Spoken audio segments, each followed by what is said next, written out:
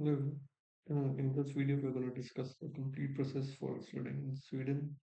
And in this video, we'll be discussing like the complete process from choosing the right university to the documents needed to applying scholarships, getting the accommodation, getting a visa, and everything will be discussed.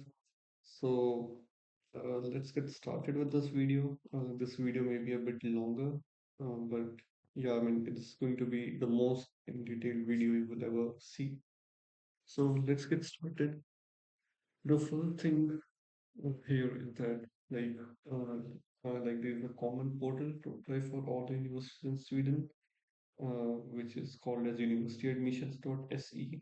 I will this place like this. It will look something like this. You can go on and create your account here, and you can even log in here. But specifically, and you can like also apply for bachelor's and master's program. You can choose according to whatever suits you.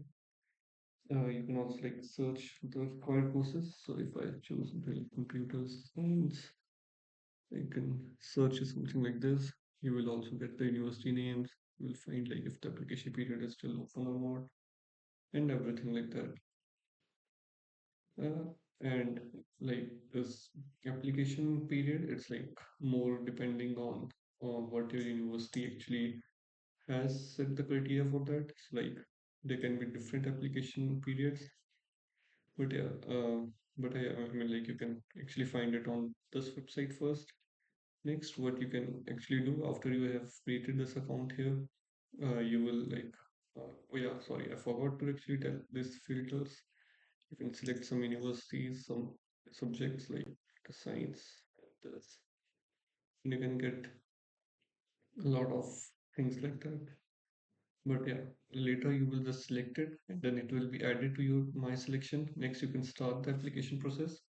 And in that application process, you majorly just need some documents that you will provide to them to the university. I will be specifically talking about the master's program uh, right now, and but yeah, before like make sure that you check your university page because like document requirements may change from university to university, but like in general, for a master program, you would need something like a motivation letter where like you actually tell that why you want to study in this university and why you are interested in this program. So make sure like you tell them that okay, you worked with this professor in your research internship, or if you did some internship with the company, or if you worked on a particular technology, or if you built some projects, like tell everything. And the reason why you are interested in studying this program. Next is GRE. It's optional. However, it is really good to have since like it can increase your chances of getting selected to a university. Next is transcripts. So transcripts are like the record of all the marks you got in your bachelor's. Since I'm talking about master's requirements, so that's why you need transcripts here. uh, Make sure like when you apply during that time you have all your transcripts. Even if you don't have all the transcripts available, just try to get as many transcripts up to as many semesters as you can. So yeah, I mean that's one requirement. Next is your degree certificate. uh, so like if you have already graduated, you can just like simply provide a degree certificate. But if you have not graduated yet, you can provide a provisional degree to them. Mhm. Or like if you haven't got your degree yet, then you can provide them a provisional degree. Next is resume. So I would say that build an ATS friendly resume because that's what I used. However, you can have whatever resume you want. And there's one thing like you need to prove them that you can speak English if you're coming from a non-English speaking country. So for that you have two tests, IELTS and TOEFL. Their scores also like kind of depend on the university requirements. So like for instance for my university, the TOEFL score requirement was I think 95, something like that. So it kind of depends from the university. So these are all the documents you need. So after you selected this and after you started the application, you will be prompted to a page where like you can provide all these documents, but make sure like you check what your university requirements are, because like that's the most important thing. So after that, yeah, after that, you have received a an admit from university. Make sure like you look for all the scholarships you can get. So I think a lot of universities do provide scholarships. However, they are like really hard to get, and there are also like some scholarships you can research online on them. And yeah, I will be coming on this accommodation topic later. But after you've received your admit, the now the easy part is done. Now is the like most exhaustive task is gonna start from here, which is like residence permit application. So you have received your you have received your admit from the university. You applied for scholarships. Next, the first thing you will be prompted to do is to pay your tuition fees in advance. I would suggest that you can pay it as soon as possible, but try to pay it before the before the deadline your university has specified. Next, like you need to prepare your finances. So like you will be asking like why do I need finances? So like to apply for a residence permit, which is also like a visa for here, you need to show them that okay you have finances to sustain yourself in this country. So what you can do is I mean like you need 10,584 SCK, which is the currency per month, and it depends on your university program. But then also like if you don't have that much of amount, so like you can actually show them amount of 1 year, and then they can give you this 1 year permit, and then you can like renew it later. You can get that. And the way to provide and the way to prove your finances is through a bank statement. So like in that bank statement should belong to you. It should not be some joint account or your parents' account or something else. Should belong to you. Next is insurances. Oh yeah, sorry, I forgot something that if you have an education loan, then also like you can prove to them that you have this education loan and stuff like that. You can provide them the bank certificate, and then you can tell them that you will be getting this amount of money per month from your education loan. So I think that works. Next, make sure like you check all the insurances you need. Typically, like in my university, for my university, I did not need any insurance. However, like some of the insurances are recommended here, for instance, like travel insurance or home insurance, but it typically depends on you. However, and there's one compulsory insurance that you need, which is related to health. Fortunately, like my university covered it, so I was lucky in that case. Next is to apply into this residence permit. So I have already explained you why you need the residence permit. But after that, I will explain you some requirements, all the documents you need. So the first thing is that your tuition fee must be paid. And by that, it means that your first semester tuition fee must be paid. You should have a valid passport. And yeah, by the way, passport is also required here also in this part also because it serves as an proof of identity. So they will ask you this. So I think yes, after that we have passport. You need to provide finances. I have already told you you can provide it through bank statements, any scholarships, any study grants, any education loan, or whatever you can. Next, you have this insurance document. So in this insurance documents, like if you need any, like I have already specified here, and admit letter from your university. So like after you receive an admit from the university, you will be getting I don't know, like around 4 or 5 pages of a letter from the university that you have been admitted to this program and everything like that. So you can use it as a proof that you have been admitted to a university. Now, uh, depends the validity of this permit depends on your course, but however, it can be like 1 year, 2 year, or even 4 year program. But you can also show finances for 1 year, which actually works. Now, I will discuss like how to apply for this residence permit, and you can quickly go to this link. Yes, and here you have this apply button. But before you press this button, make sure like you check all the requirements you have. Mm, uh, and you have all the you have all the documents you need, and all the requirements must be specified. You can also select some country specific uh, requirements. However, like they have mentioned it really well here. And yeah, I think that's pretty much it. Just make sure you go here and apply. You can also search this something like migrations workit, and then go here and then translate it to English, and then countries, and you say you study higher education, and simply apply. So yeah, that's the same page.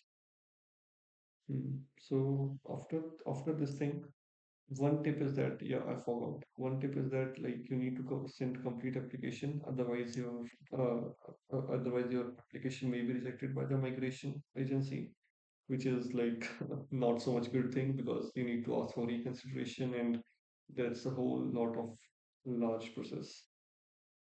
Next is the application fee for the residence permit is around 1500 crowns. SCK you can convert it to your own home country uh, currency.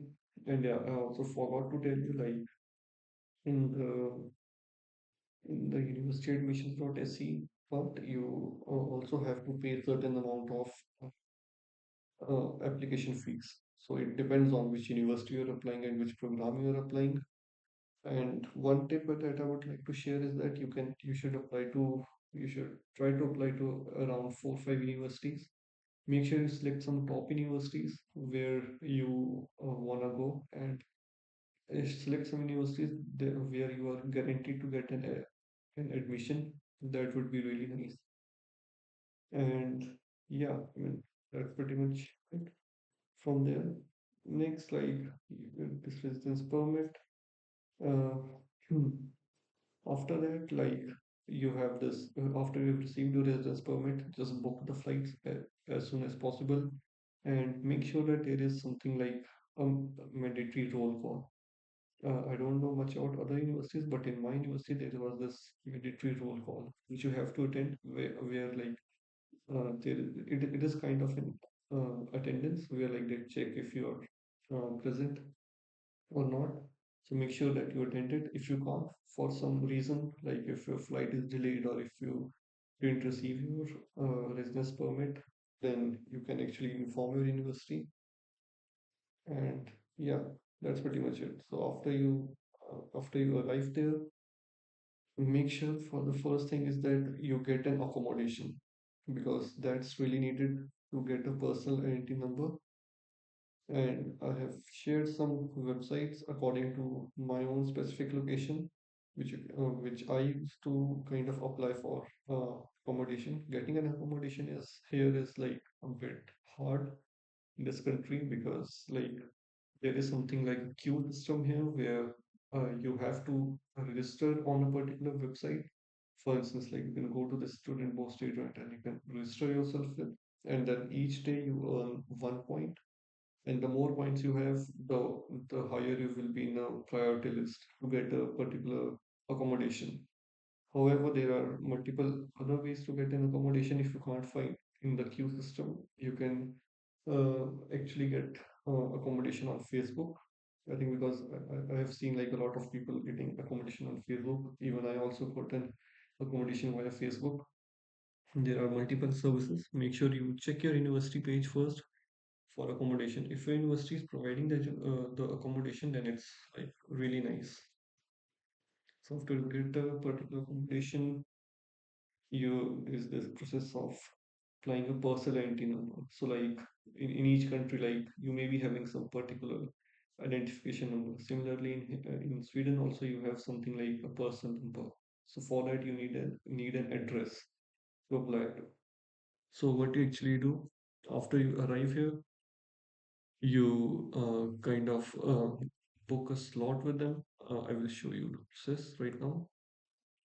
You go here on the Scatter Workit website. You can also search it on Google Scatter Workit. You go here and yeah, I mean you can choose your language. I will choose English for now,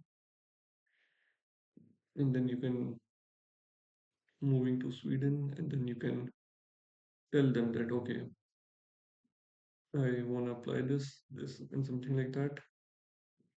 Here they have also specified what are the documents you need. So for like for instance, you need proof of your identity, which is in your case is your passport, your residence permit, you are moving here because of your studies, your address, and your proof of your family relations, if there are any. In my case, I didn't have any, so yeah, that's pretty much it. And yeah, I mean that's pretty much it. Most of the things are mentioned on their website. So you can actually go on and book a meeting with them, an appointment, I'm sorry, with them, like here. And before that, you need to notify them of your move to Sweden. Even if you don't, I mean, it's not a big issue. And yeah, I forgot to tell you one thing. There are a lot of people who apply to this e-identification thing.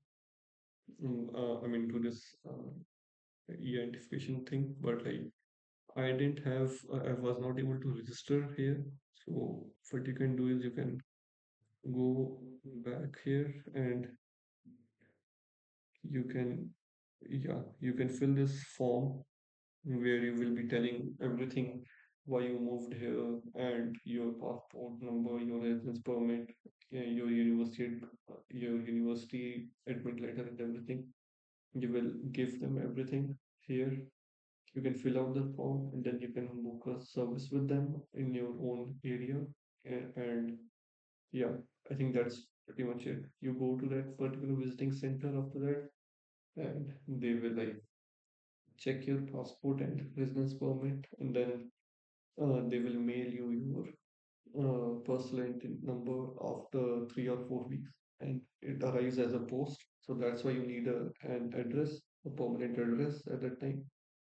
Next, you can go and apply for uh, your identity card. So on the same website in the Sketa market, if you go here, other languages, again I will select English. You can apply for an identity card here. It's not much of, it's not like hard process at all.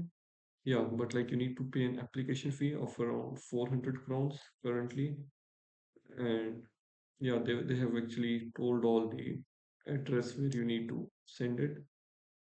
And then you need to book an appointment. You need to tell them that okay, you have paid them the application fee.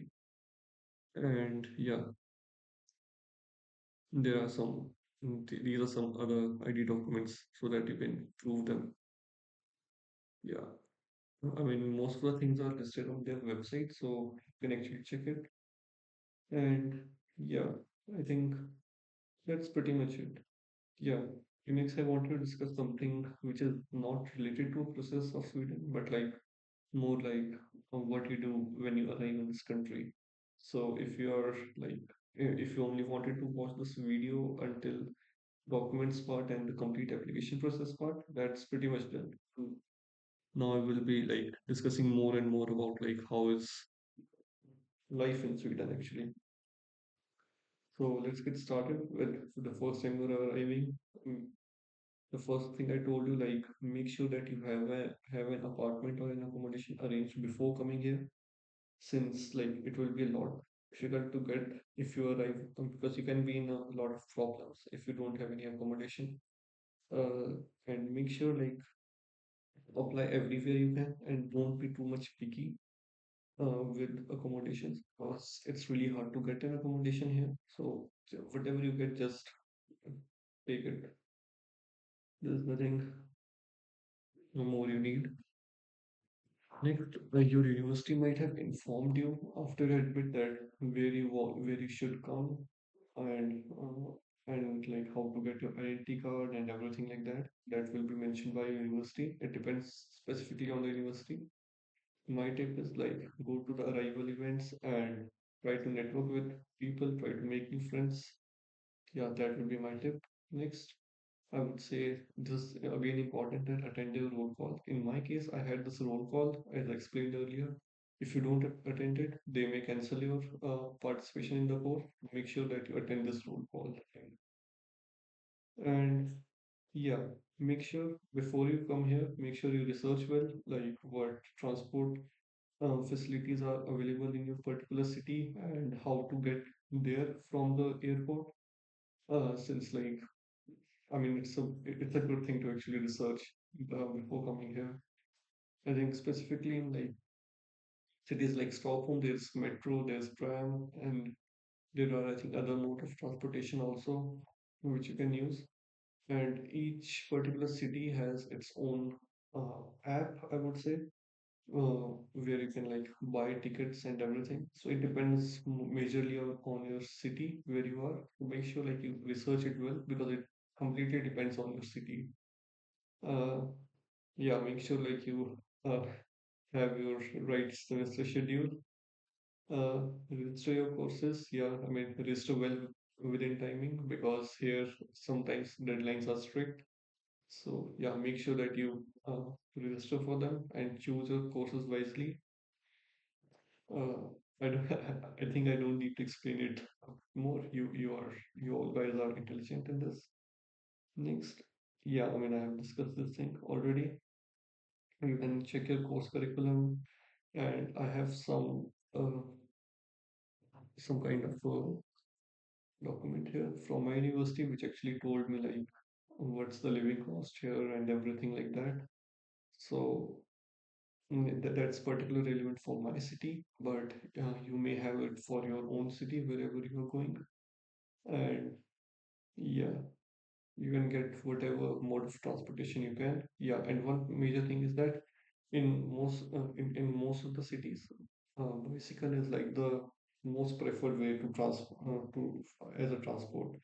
Since like since like in Europe, if you go to any city, you will find people using bicycles a lot. So yeah, here also it is the same case. I would really advise you all guys if you don't how to use bicycle, which would be kind of strange, but if you guys don't know, make sure you learn it because here it will make your life really better, and like you don't have to spend a lot of money on your transportation since it's really costly here. Yeah, and yeah, I mean, I think that's pretty much make sure when you arrive Sweden, you enjoy the fika here. I would say that's a tradition where people take a nice break from their work. They drink coffee and have something sweet to eat. And yeah, I mean, if you have any documents that you are supposed to upload, just make sure that you upload it on universityadmissions.sc.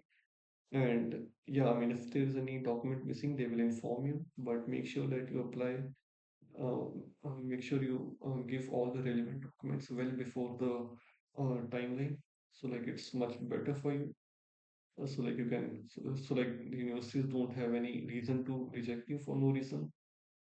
Hmm. And yeah, I mean, I mean, you can find your own information for the university. Like usually it's 120 credits, which means for a master's program, and 30 credits per semester for 2 years. It's usually 40 hours a week studies. And yeah, I mean, the common culture, or I would say the shocking culture I found was that you can call the professors by your name. So yeah, this was like the complete video. I will be also putting the same video in Hindi. So if you want to watch it in Hindi, you can.